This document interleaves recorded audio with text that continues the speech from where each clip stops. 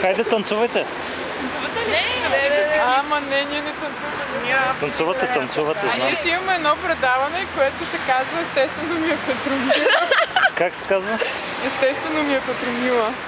И нашия оператор, за жалост, е в Италия и затова прекъснахме. Еми ето ме. Но да, намерихме се заместник с новия оператор.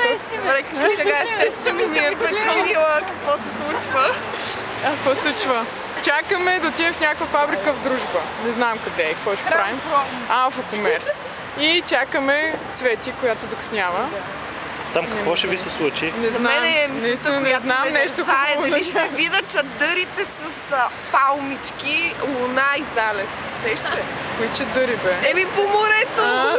Навсякъде има луна, залез, рибки. Не. Ма ние чадъри ли ще гледаме? Да.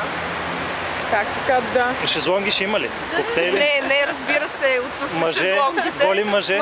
Мина едно полезно изкопаемо надам, защото беше висок и хубав. А това е... Иди бак!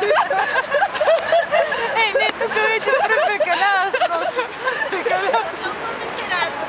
Защото снимаме шоуто на канала. Благодаря, страхотно е.